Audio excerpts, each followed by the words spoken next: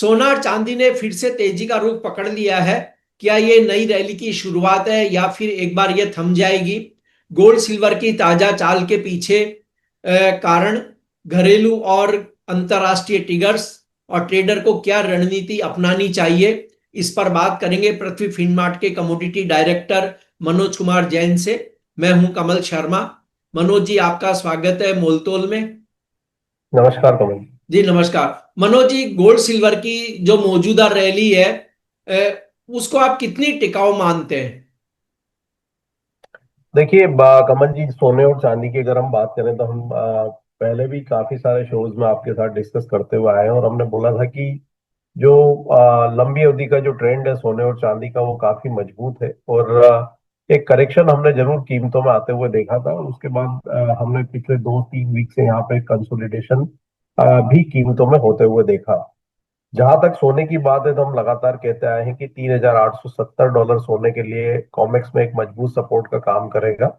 और भारतीय बाजारों में लगभग 1,17,700 के इस तरह एक मजबूत सपोर्ट रहेंगे। और हमने 3,870 के जो सपोर्ट्स लेवल सोने के होल्ड होते हुए देखे। और वहां से कीमतें आज $4,150 प्रति ट्राई आउंस के स्तर फिर एक बार इंटरनेशनल मार्केट में टेस्ट करती हुई नजर आई और भारतीय बाजारों में 1,25,000 के स्तर पार होते हुए नजर आए। हमारा मानना है कि जो फंडामेंटल से सोने के लिए वो सपोर्टिव बने हुए हैं, चाहे वो ग्लोबल सेंट्रल बैंक्स की बाइंग हो या ग्लोबल अनसर्टेनिटी हो। साथ ही यहाँ पे यूएस में जो शटडाउन काफी समय से चला आ रहा है वहां पे अब कहीं ना कहीं ये संभावना बढ़ती हुई नजर आई है कि जो शटडाउन है वो इस सप्ताह में समाप्त हो सकता है और बजट के ऊपर दोनों पार्टियों की जो है सहमति बन सकती है। अगर यहाँ पे यूएस में शटडाउन समाप्त होता है तो वहां से यूएस के जो डेटा है वो फिर एक बार रिलीज होना शुरू हो जाएंगे। और कहीं ना कहीं वो ये संकेत देते हुए नजर आएंगे कि जो यूएस फेड दिसंबर पॉलिसी मीटिंग में ब्याज दरों में कटौती करने के लिए असहमति जाहिर कर रहा था, कहीं ना कहीं वो यूएस के इकोनॉमिक आंकड़े देख करके फिर एक बार इस पे सहमति जताता हुआ नजर आए कि वहां पे ब्याज दरों में कटौती की जा सकती है। तो मार्केट इस चीज को यहाँ पे प्राइस इन करके चल रहा है कि दिसंबर में जो रेट कट है वो फिर से आ सकता है। साथ ही डॉलर इंडेक्स में भी हमने मुनाफा वसूली जो है आते हुए देखी है ऊपरी लेवल से। तो वो भी यहाँ पे एक सपोर्टिव जो है फैक्टर नजर आता है। तो जी। हमारा मानना है कि जो जो फंडामेंटल्स है वो सोने के लिए सपोर्टिव बने हुए हैं। और यहाँ पे आगे और भी जो है मजबूती कीमतों में देखने को मिल सकती है। जी मनोज जी, जो अमेरिकी डॉलर में कमजोरी आई है और ब्याज दरों की कटौती को लेकर के जो बातें सामने है, वो भी क्या इस रैली में कोई भूमिका निभा रहे हैं? बिल्कुल उनकी बड़ी भूमिका देखने को मिल रही है क्योंकि डॉलर इंडेक्स को हम देख रहे हैं कि 100 के ऊपर वहां पे सस्टेन होता हुआ दिख नहीं रहा है, एक दायरा बना हुआ है। हमारा मानना है कि डॉलर इंडेक्स ग्रेजुअली फिर एक बार 98.40 के स्तर तक आ सकता है। तो वहां पर से भी जो सपोर्ट है वो सोने की कीमतों को मिलते हुए नजर आएंगे। और फेड की तरफ से भी अगर यहाँ पे संकेत जल्द आ जाते हैं दिसंबर पॉलिसी मीटिंग के पहले, तो वो भी एक बड़े सपोर्ट का काम जो है सोने के लिए करेंगे। तो ओवरऑल यहाँ पे जो फंडामेंटल्स है वो मजबूत बने हुए हैं और वो कीमतों को सपोर्ट करते हुए नजर आएंगे। लेकिन ये जो रैली है वो जो कारण उनको सपोर्ट दे रहे हैं उससे उछाल है, या फिर ओवरबोट जोन में फंस भी सकती है रैली? नहीं नहीं, यहाँ पे अभी हमारा मानना है कि जो लंबी अवधि का ट्रेंड है वो मजबूत है। और एक अच्छी रैली के बाद वहां पे मार्केट में करेक्शन की जरूरत थी, वो करेक्शन हमने होते हुए भी देखा था। इनफैक्ट ऊपरी लेवल से लगभग $500 का करेक्शन हमने आते हुए देखा और वहां से एक कंसोलिडेशन रहा। और अब कीमतों में फिर एक बढ़त देखने को मिल रही है। तो हमारा मानना है कि सोना अब इंटरनेशनल मार्केट में नई जो है नए हाई की तरफ बढ़ता हुआ नजर आ रहा है। और भारतीय बाजारों में भी हम यहाँ पे जो है मार्केट को नए हाई की तरफ बढ़ते हुए देख रहे हैं। $3,870 अब यहाँ पे एक मजबूत सपोर्ट का काम करेगा इंटरनेशनल मार्केट में। भारतीय बाजारों में 1,17,700 एक बेस का यहाँ पे काम करेगा। और ये बाय ऑन डिप्स का ही मार्केट है। हमारा मानना है कि कीमतें दिसंबर तक 4,250 से $4,300 इंटरनेशनल मार्केट में और भारतीय बाजारों में 1,30,000 से 1,35,000 के जो लेवल्स है वो टेस्ट कर सकती है।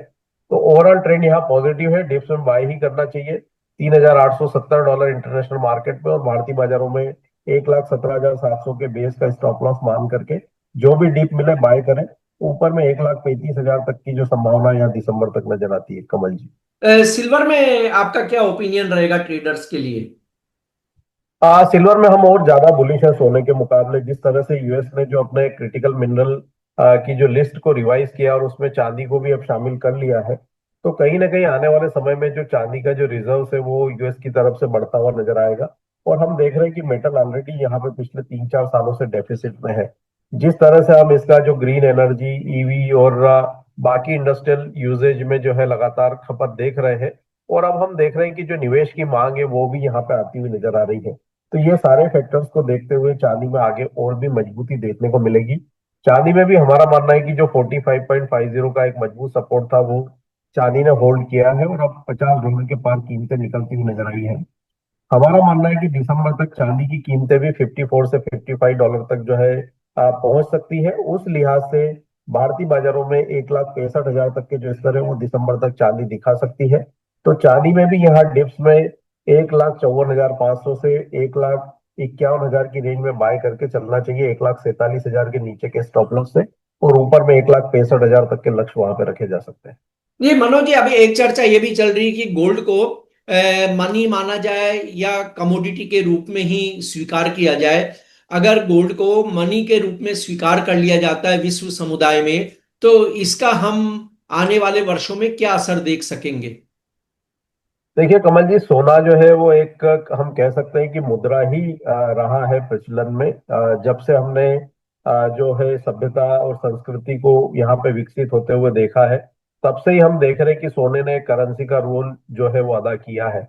लेकिन जैसे जैसे यहाँ पे हमने जो टेक्नोलॉजी के युग में जो टेक्नोलॉजी एडवांसमेंट देखे, तो वहां पे जो सोने की जो करेंसी के रूप को कहीं ना कहीं पेपर करेंसी और अब हम डिजिटल करेंसी को भी जो है उसको रिप्लेस करते हुए देखा। लेकिन कहीं ना कहीं जब यहाँ पे जो ग्लोबल अनसर्टनिटी है वो जब वापस से बढ़ती हुई नजर आई, तो दुनिया भर के सेंट्रल बैंक वापस से जो है सोने को अपने रिजर्व के रूप में बढ़ा रहे हैं। और अब जो फॉरेन एक्सचेंज जो रिजर्व है दुनिया भर के बैंकों के, वहां पे सोने के रिजर्व जो है वापस से बढ़कर लगभग 24-25% के स्तर पर आ गए हैं। तो हमारा मानना है कि ये चीज को दुनिया भर के सेंट्रल बैंक ने समझ लिया है, और वो सोने को वापिस एक मुद्रा के रूप में जो है अहमियत दे रहे हैं, और इसीलिए वो अपने रिजर्व्स को यहाँ पे लगातार बढ़ा रहे हैं।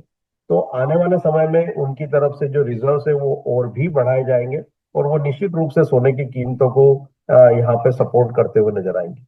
जी मनोज जी, जो बुलियन ट्रेडर्स हैं उनको आने वाले दिनों में और कौन सी ऐसी इंटरनेशनल इवेंट्स हैं कि जिन पर उन्हें नजर रखनी चाहिए, ताकि वे बाजार में कोई भी मौका चूक न जाए?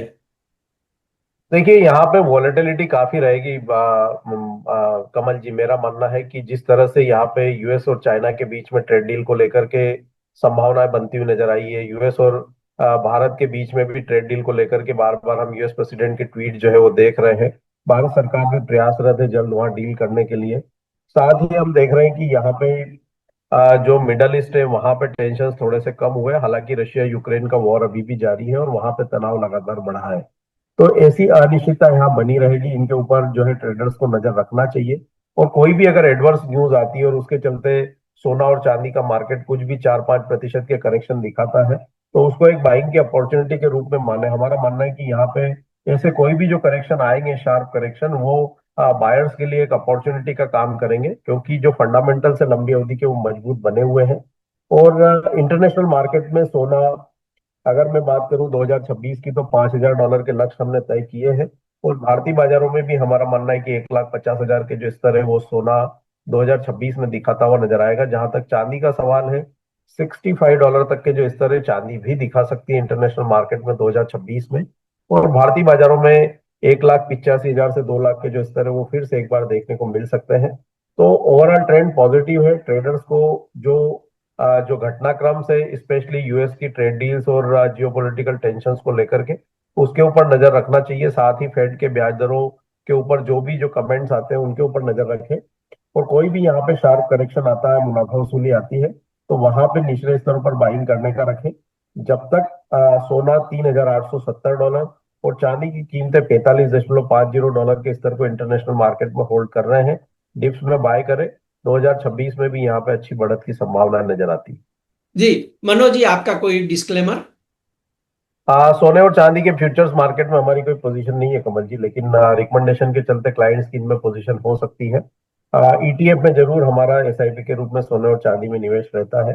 कोई भी ट्रेडर या निवेशक सोने या चांदी में कोई भी निवेश या ट्रेड की रणनीति बनाना चाहते हैं तो अपने वित्तीय सलाहकार की सलाह से ही बनाएं, अपने रिस्क अपेटाइट के हिसाब से ट्रेड करें और स्टॉप लॉस का पालन जरूर करें। आपका धन्यवाद, शुक्रिया मनोज जी। Thank you.